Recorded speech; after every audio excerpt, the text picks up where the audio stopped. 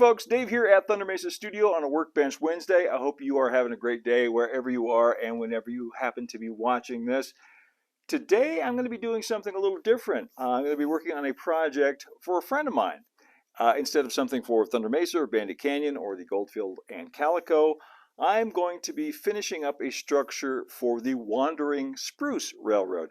That is a wonderful logging-themed railroad that's being built by Kevin Spady and Sean Williams. And recently, just a few days ago, Sean Williams reached out to me and asked if I would be willing to finish one of the structures for that layout. And I thought, sure, why not? So come along with me and let's put this thing together. What Sean sent me are the bits and pieces of a partially completed Banta Model Works short line water tank. This is a great little kit.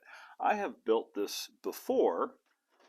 Yeah, out of the box, it's a flat top water tank, which is, you know, appropriate for short lines and logging lines and things like that. I decided to add a peaked roof to mine to, you know, give it its own kind of personality. The one I'm going to build today, I don't think I'm going to add a peaked roof like this, but you know, we'll see what transpires. We'll see how it goes. Now, Sean has given me total creative freedom on this to do whatever I want, which could be dangerous. Just kind of adding a little bit of distress to some of this lumber, getting it, bringing out the wood grain a little. I'm using my usual shoe dye and rubbing alcohol stain. The only art direction I got on this was that it should be, you know, well used, but well cared for, like all of the equipment on the Wandering Spruce. And I think that's a good goal to strive for. Now it looks like Sean used a non-water soluble, non-soluble glue on this to put the stand together. Probably some form of cyanoacrylate. And that's good news, because it means we can stain this without worrying about it falling apart. You see this stuff goes on pretty dark, but it's going to dry a shade or two lighter than this. I need to get down all of these beams and trusses. Just keep turning it around to see if there's any spots I missed. Alright, we'll set that aside for a moment and do the tank band. Now, the instructions tell you to glue the tank band to the, the core first, and then stain it. I'm not going to do that. I'm going to stain it. And while it's wet and pliable, I'm going to wrap it around the core temporarily, so then it will dry in that cylindrical shape. So I'm actually using the stain to help me make it more pliable and bendable. Now I'll wrap this around here, just like if I was gluing it on. And since it's wet, I don't have to worry about it splitting, at least not as much.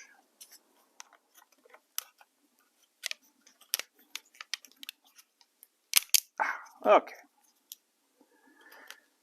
Now we set that aside, let it dry. Some nice white metal castings that come with this kit. And the tank bands are on a peel and stick. Looks like it's laser cut peel and stick paper. Sometimes you might need to clean these up a little bit. A little bit of flash on here. I'm using a size, this is 71 bit for these holes. I want to drill them, you know, before I paint this piece, so I don't mar the paint job.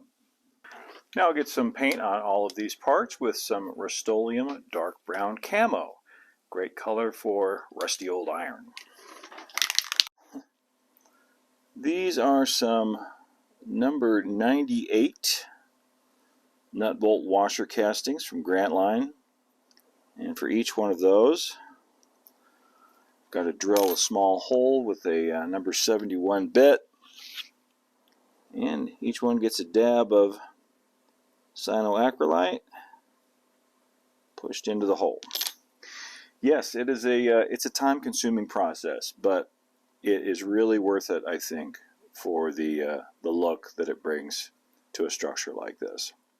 I should mention that these nut bolt washer castings do not come with the Banta kit. This is an add-on. You can pick these up, I believe, from the San Juan Modeling Company on their website. They now carry a lot of the old Grantline parts. Now, back to the tank. This should be completely dry now. Again, using some yellow carpenter's glue. I just want to get glue on all of these mating surfaces. Line this up with one of these vertical pieces. Now I want to wrap this with rubber bands once again. Now you can go around and make sure that's flush with the top and the bottom all the way around, and these ends meet up nicely. So it comes with these nice laser cut jigs made out of chipboard. And this one is for the assembly of the spout yoke. So we just fit the pieces into the jig, like so. And a little bit of glue. We have a glue here, and some glue here. Just line it up with the scribed lines. Take the rubber bands off of this now, because that glue is dry. I just want to use my sanding block on this seam right here and flatten that out. Now I can just touch up the stain. Get rid of my sanding marks. And no one will know where it was except for you and me. Now I can start doing some finish work on the tank, and I've decided it's going to be painted. It's sort of a red oxide, using some apple barrel chocolate bar. And this is a stenciling brush, or stipple brush, and I like to use it to create the look of old flaking paint. See how it just goes on like this? You just kind of stipple it on.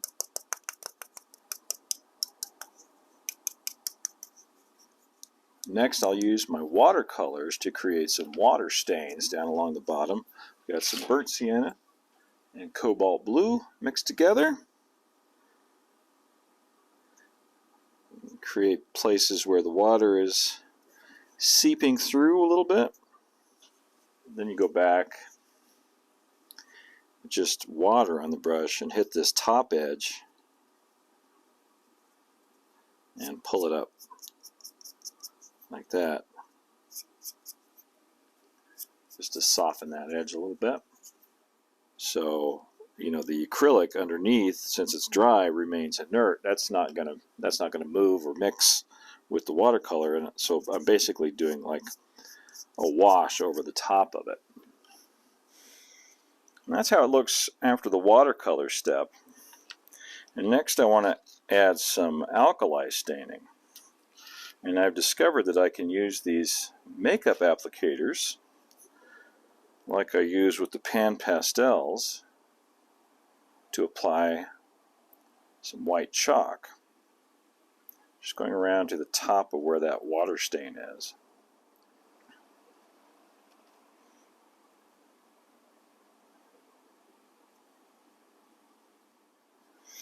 Now I want to wipe most of that off. Go back and blend it in a little bit better. Get it nice and strong up there near the top of the line, and then kind of fade it down. So now I'll lock it into place with some Rust-Oleum matte finish, or you could use Tester's Dull Coat. Anything like that will work. Well, now it's about time to start adding the bands And once again, the kit comes with a handy jig. Just put it on the side of the tank and make some pencil marks where those bands are going to be located. They're closer together down towards the bottom because that's where most of the pressure is. And take that and rotate it about a quarter turn around the tank and mark again. Another quarter turn. Make sure that's more or less straight.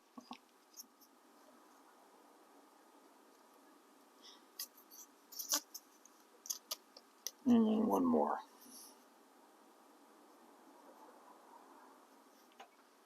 As I mentioned at the top, these bands are peel and stick laser cut paper.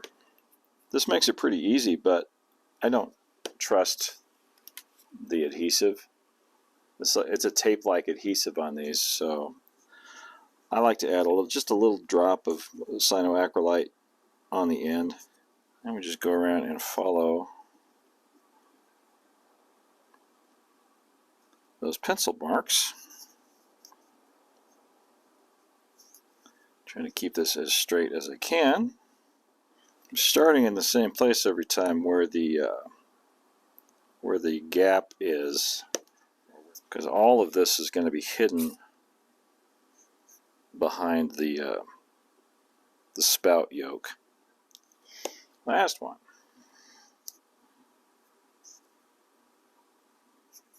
Yeah, that went pretty well.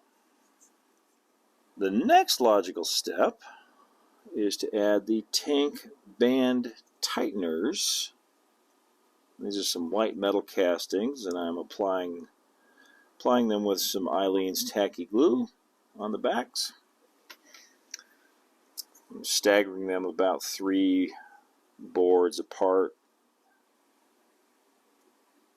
Alright, that's a lot. Now I believe without any further ado, I can attach the tank to the stand. Try and center that. I'm going to go ahead and put the roof on too while I'm at it.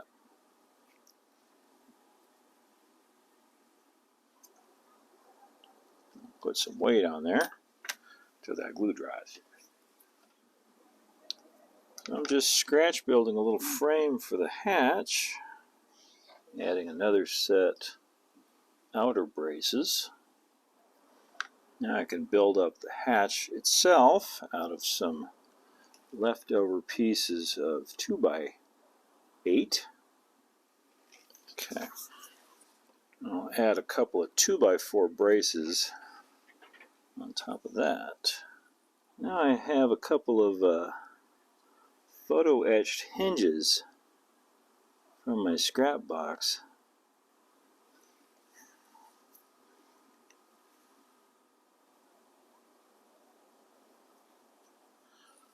I also have a tiny little hasp, so what the heck? Let's use that too. There we go. Now I'll go back with my watercolors and pick out a few boards to make all of this a little bit more aged and interesting looking. And lastly, add a few nail holes. This is the pipe that comes out from the tank and that the spout mates to in filling the locomotive.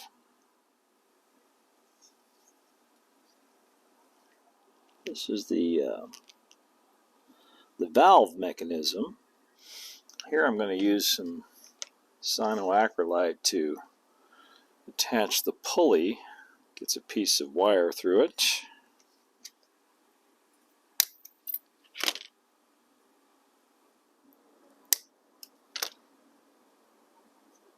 Now glue these pulleys on for the counterweights.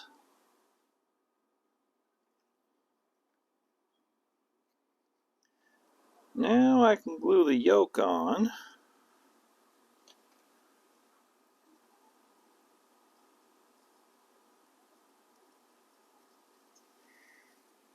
And next will come the spout. So I need to bend a piece of this music wire to act as a hanger or hinge for the spout.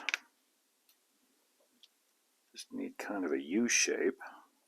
Thread this through the hole that we drilled earlier. And there are a pair of holes that are laser cut into the bottom of the yoke here. And I deepened them with my drill bit. I went through this plywood deck here too to make it a little bit stronger.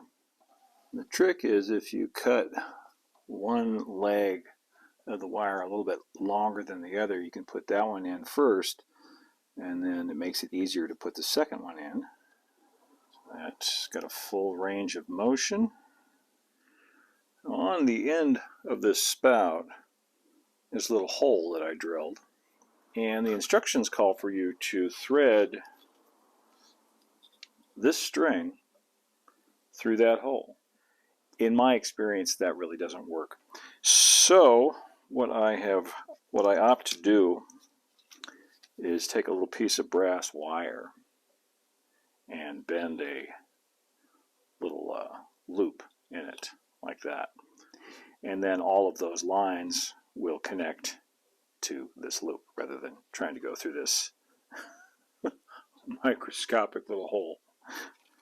So loop this wire onto there, and I'll bend that closed. The other issue is that this thread that comes with the kit, looks like cotton thread, is just, it's really big. It's supposed to represent cable, and I can see what they were going for, but it's just a little bit large and out of scale in my opinion, so I'm going to substitute, this is some number 8 crochet thread. Got a Minwax dark walnut stain marker, so it'll look like rusty old cable. Hope Sean didn't want these instructions back. Now what I like to do on these, do a fresh cut on there, which I just did, and then put a dab of cyanoacrylate on the end. Makes that stiff, so it's a lot easier to thread through tiny little holes. Yeah, there we go. Now I want to tie a knot in this end. Tie this off. Just put a dab of CA on there to lock that knot. Thread that down over that pulley.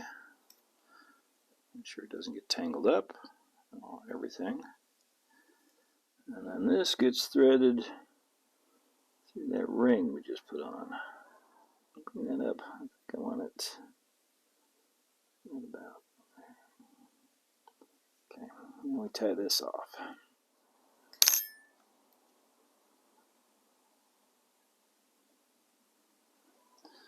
And again, dab of CA.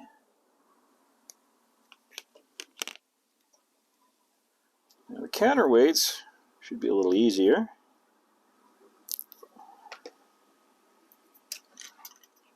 That comes through there. Grab it. There we go. Now thread that through there. This goes back through here.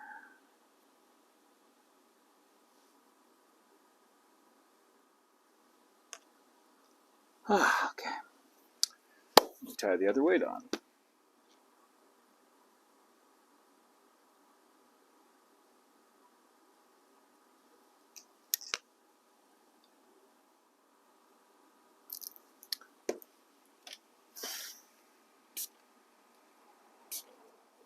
So while they're pulled taut like this, just brush on the diluted white glue, and when that dries, these cables will hold their shape. While that dries, I can build the final thing, which is the ladder. And once again, there's a handy little jig. Just a dab of glue in each of these laser cut slots. Drop the rung right in there.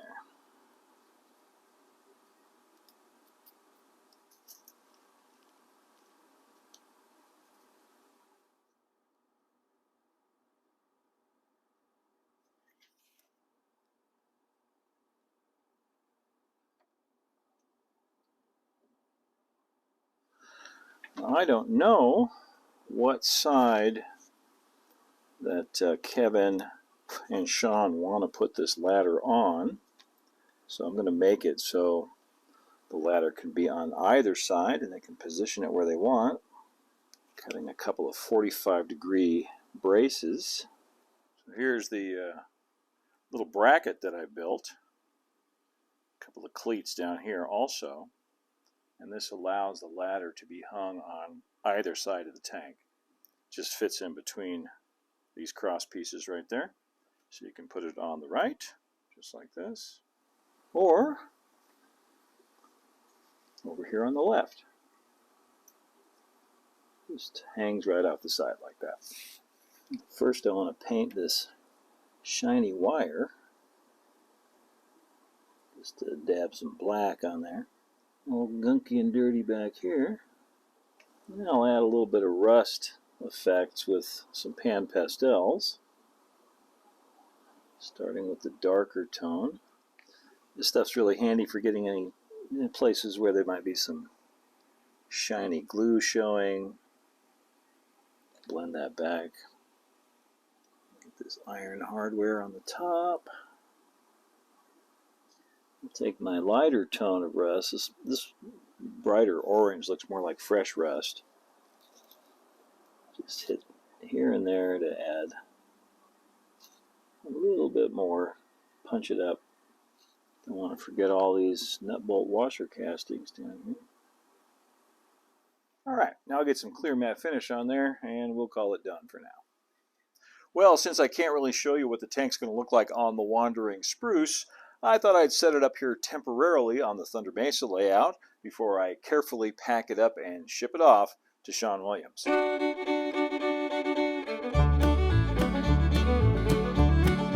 You can check out the Wandering Spruce Railroad right here on YouTube at Wandering Spruce. I want to send a big thank you out to Sean Williams for asking me to finish this tank for them, and I'm really looking forward to seeing it in place on the Wandering Spruce. Had a lot of fun putting this together and finishing it for them. Hopefully he'll take a bunch of pictures and we'll be sharing those all around on the usual social media places. And I want to thank all of you for watching today on this Workbench Wednesday vlog. I hope you enjoyed it. If you did, like, subscribe if you're not already. Hit that notification bell so you'll be notified when new videos drop from Thunder Mesa Studio. You can also follow us over on Instagram at thunder.mesa and see the resources, links, and merchandise available on the Thunder Mesa Studio website. That's thundermesa.studio. As always, a huge shout out and thank you to our Patreon members who help to make these videos possible. Until next time, keep moving forward, my friends. Adios for now.